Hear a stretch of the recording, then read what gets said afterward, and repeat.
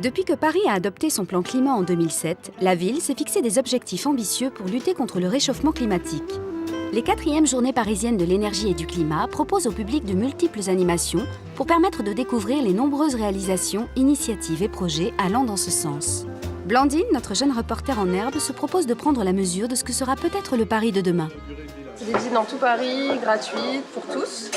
Et on a recommencé parce qu'on trouvait ça intéressant justement que les gens se déplacent et que ça ne soit pas juste un système de stands et de conférences. Voilà, que les gens voient qu'il se passe vraiment des choses sur le terrain, qu'il y a des gens qui mettent des choses en place, que ça fonctionne. Et voilà, donc ils ont un programme d'une trentaine de visites et libre à eux d'aller voir ce qui se fait. Et vous avez un programme de la journée? Oui, bien sûr, on a fait... Alors non seulement on a un programme, mais on a des super badges. Donc il y a le badge des Journées parisiennes énergie du climat. Ouais. Et il y a un badge des acteurs du Paris durable. Et le programme, celui-ci, vendredi, samedi, dimanche et les horaires de chaque visite. Ok, super. Voilà. Génial, merci. Bonjour. C'est un nouveau concept pour récupérer l'énergie sur un escalier. Ouais. On a baptisé ça Green Step. Donc là, quand vous allez monter sur l'escalier, vous allez créer l'électricité et allumer des lampes sur l'estrade. Ok. Voilà, donc vous C'est pouvez vous qui essayer. avez inventé ça? Voilà, on a inventé ça, on a un groupe de 4. Vous avez quel âge? On a 21 ans, de 21 à 23 ans. Tu déconnes? Non, non, pas du tout. Voilà, vous montez. Et donc là, les lumières s'allument devant et en redescend de l'autre côté. Oh, génial. L'idée, c'est de récupérer un peu d'énergie dans les gestes et les actions de tous les jours. Ajouter un grand nombre de personnes, ça fait beaucoup d'énergie. Bonjour. Bonjour. Vous savez ce que c'est? C'est la fuite thermique de Paris. Là où c'est rouge, c'est là où c'est le plus chaud? Très chaud, oui. Ce sont les toits mal isolés, ça. Mauvaise isolation. Est, non. Mais les gares sont très très mal isolées par contre, ça va pas du tout. Donc, si j'ai bien compris, c'est quand c'est rouge, ça veut dire qu'il y a beaucoup d'énergie qui s'échappe de l'immeuble, donc c'est pas très bien isolé. Oui, Quand c'est bleu, ça veut dire que c'est bien isolé. c'est ça. Quand c'est rouge, c'est que le toit est chaud. Et si le toit est chaud, c'est que la chaleur de la maison s'en va par la toiture. Donc elle est gaspillée et perdue. Et les nouveaux bâtiments sont en général mieux isolés que les anciens? Heureusement d'ailleurs. Alors que tout ce qui va être plus ancien, donc construit avant les normes thermiques, en fonction, ont des résultats très mauvais.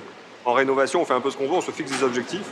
Mais ça, chacun se fixe ses objectifs et on essaie de les atteindre. C'est beaucoup plus compliqué de réhabiliter, évidemment, que de construire efficace. Si ça vous intéresse, vous pouvez aller voir un exemple de rénovation thermique. C'est ici, le chantier de réhabilitation thermique d'un immeuble dans le 11e. Ok. Logements sociaux. Bonjour. Vous êtes conseiller? Oui, c'est parti. Merci. Un plan de réhabilitation du logement social parisien est engagé pour permettre de réduire les émissions de gaz à effet de serre de 30% d'ici 2020. On est ici pour la visite de l'immeuble? Je viens vraiment pour moi, pour ma culture personnelle. Je veux voir ce qui se passe à Paris. Un peu la curiosité de voir quels sont les moyens qu'ils ont mis pour rénover thermiquement ce bâtiment. On fait du logement social, on essaie de travailler à l'économie, ce qui n'empêche pas d'essayer de faire d'assez beaux logements. Alors ce qui est assez étonnant, c'est que vous pouvez voir l'aspect un petit peu de l'enduit qui est très parisien.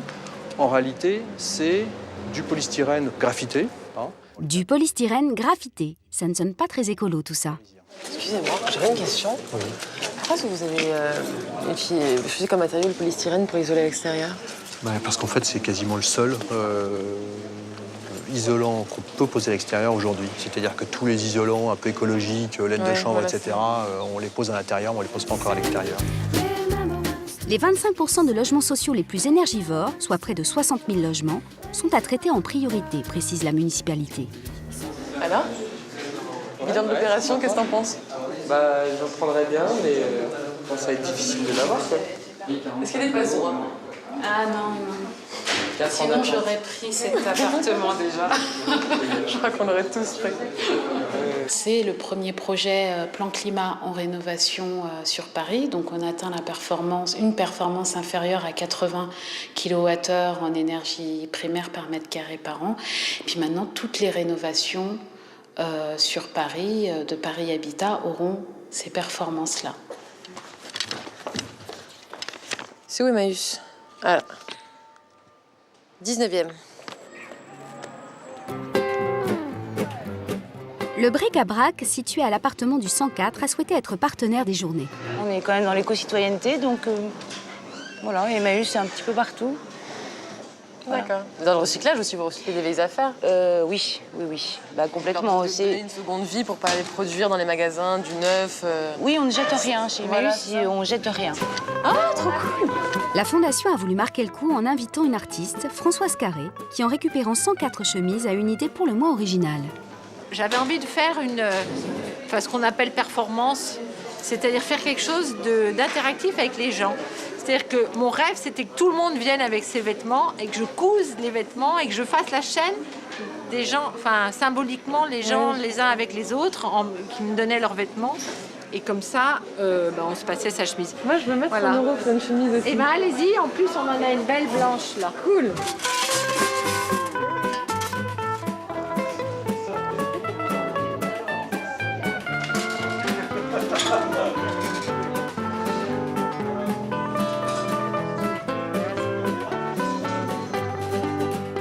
Et pour passer au vert, quoi de mieux que de s'acheter un vélo pour circuler écolo?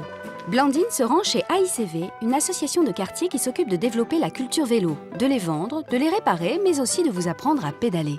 On s'est donné un rendez-vous pour montrer ce qu'on faisait ici. Et aujourd'hui, on a mis en vente un grand stock de vélos d'occasion. Il vous en reste un pour moi? Oui, on peut regarder s'il y en a. Je veux celui-là à cause de la sonnette. Mais elle marche pas!